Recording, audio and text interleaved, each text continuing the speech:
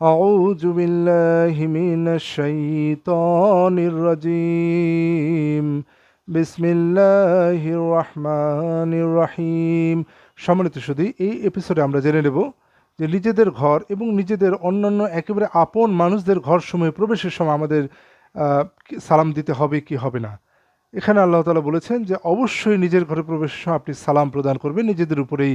এটা আল্লাহ তাআলা বলেছেন সূরা আন-নূর 24 নম্বর সূরায় 61 নম্বর আয়াতে আল্লাহ তাআলা বলতেছেন, লাইসা আলাল আ'মা হারাজু ওয়ালা আলাল আ'রাজি হারাজু ওয়ালা আলাল মারিদি হারাজু ওয়ালা আলা আনফুসিকুম ولا على أنفسكم أن تأكلوا من بيوتكم أو بيوت آبائكم أو بيوت أمهاتكم أو بيوت إخوانكم أو بيوت أخواتكم أو بيوت أعمامكم أو بيوت عماتكم أو بيوت أخوالكم أو بيوت خالاتكم أو ما ملكتم مفاتحه أو صديقكم ليس عليكم جناح أن تأكلوا جميعا أو أشتاتا فإذا دخلتم بيوتا فسلموا على أنفسكم تحية من عند الله مباركة طيبة كذلك يبين الله لكم الآيات لعلكم تعقلون। দীর্ঘ আয়াত, খুব মনোযোগ সহকারে শ্রবণ করব।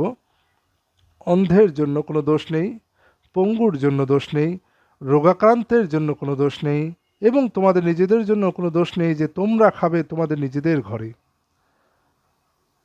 অথবা তোমাদের পিতাদের ঘরে, অথবা তোমাদের মায়েদের ঘরে, অথবা তোমাদের ভাইদের ঘরে, অথবা তোমাদের বোনদের ঘরে, অথবা তোমাদের চাচাদের ঘরে, অথবা তোমাদের ফুফুদের ঘরে, অথবা তোমাদের মামাদের ঘরে, অথবা তোমাদের খালাদের ঘরে, অথবা যেসব ঘরের চাবি তোমাদের অধিকারে রয়েছে, অথবা তোমাদের বন্ধুদের ঘরে। তোমরা একত্রে খাও অথবা আলাদা আলাদা খাও, তাতেও কোনো দোষ নেই। তবে তোমরা যখন কোনো ঘরে প্রবেশ করবে তখন তোমরা নিজেদের উপর সালাম করবে আল্লাহর পক্ষ থেকে বরকতপূর্ণ পবিত্র অভিবাদন স্বরূপ। এভাবে আল্লাহ তোমাদের উদ্দেশ্যে তার আয়াতসমূহ বর্ণনা করেন যাতে তোমরা বুঝতে পারো। এখানে আল্লাহ তাআলা আপনি এবং আপনার সাথে কারা কারা কোন ঘরে খেতে পারবে সেই অধিকার আল্লাহ তাআলা বর্ণনা করেছেন। সেই সাথে বলেছেন যে ঘরগুলোতে প্রবেশের পূর্বে অবশ্যই সালাম প্রদান করবে নিজেদের উপরে। আসুন আমরা আবার জেনে নেই। লাইসা আলাল আমা হারাজু, নেই কোনো দোষ অন্ধের জন্য। ওয়ালা আলাল আরজি হারাজু, এবং পঙ্গুর জন্য। ওয়ালা আলাল মারিদি হারাজু, এবং রোগীদের জন্য কোনো দোষ নেই। ওয়ালা আলা আনফুসিকুম, এবং তোমাদের নিজেদের জন্য। আনতা কুলু মিম বুয়ুতিকুম, যে তোমরা তোমাদের ঘরগুলোতে খাবে। তাহলে আমাদের ঘরগুলোতে অন্ধ, পঙ্গু এবং রোগী এবং আমি নিজে সমান অধিকার রাখি খাবারের। এই জন্য যখন অন্ধ, পঙ্গু এবং কোনো রোগী যখন আপনার কাছে খাবার চায়, আপনি তাকে খাবার দিয়ে দেবেন, কারণ তারও তো অধিকার রয়েছে আপনার ঘরে।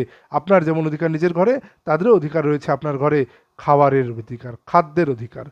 তাহলে আসুন, এরপরে আল্লাহ তাআলা বলতেছেন যে আপনি আর কোন কোন ঘরে খেতে পারবেন। নিজেদের ঘর, প্রথমে আল্লাহ বললেন নিজেদের ঘরে, এরপর বললেন আও বুয়ুতি আবাইকুম, তোমাদের বাবাদের ঘরে। আও বুয়ুতি উম্মাহাতিকুম, তোমাদের মাদের ঘরে। আও বুয়ুতি ইখওয়ানিকুম, তোমাদের ভাইদের ঘরে। আও বুয়ুতি আখওয়াতিকুম, তোমাদের বোনদের ঘরে। আও বুয়ুতি আমামিকুম, তোমাদের চাচাদের ঘরে। আও বুয়ুতি আম্মাতিকুম, তোমাদের ফুফুদের ঘরে। আও বুয়ুতি আখওয়ালিকুম, তোমাদের মামাদের ঘরে। আও বুয়ুতি খালাতিকুম, তোমাদের খালাদের ঘরে। আও মা মালাকতুম মাফাতিহাহু, অথবা যে ঘরের চাবিগুলো তোমাদের রয়েছে তোমাদের হাতে। আও সদিকিকুম, তোমাদের বন্ধুদের ঘরে। মাশাআল্লাহ, আলহামদুলিল্লাহ। তাহলে বন্ধুদের ঘরেও আপনার খাদ্যের অধিকার রয়েছে, খাওয়ারের অধিকার রয়েছে। যেমন পিতার ঘরে, মায়েদের ঘরে রয়েছে, আপনার বন্ধুদের ঘরেও আপনি খেতে পারেন, কারণ আল্লাহ তাআলা আপনাকে এই অধিকার দিয়েছে। এরপর বললেন লাইসা আলাইকুম জুনাহুন আন তাকুলু জামিআন, তোমাদের উপর দোষ নেই যে তোমরা একত্রে খাবে। আও আস্তাতা, অথবা আলাদা আলাদাভাবে খাবে, একত্রেই খেতে হবে তা না, আপনারা আলাদা আলাদাভাবে খেতে পারেন।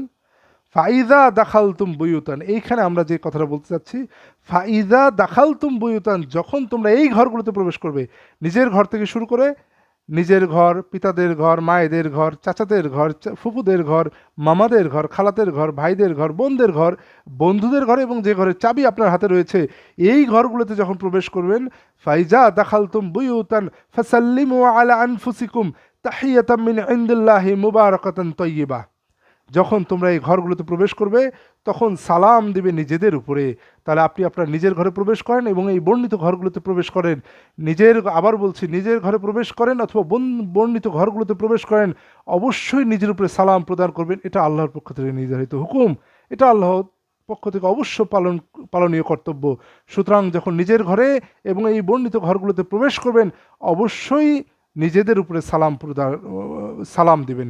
কারণ আল্লাহ বলছেন, ফাইদা দাখালতুম বুয়ুতান ফাসাল্লিমু আলা আনফুসিকুম, তোমাদের নিজেদের উপরে সালাম করো। ফাসাল্লিমু আলা আনফুসিকুম, তোমাদের নিজেদের উপরে সালাম করো।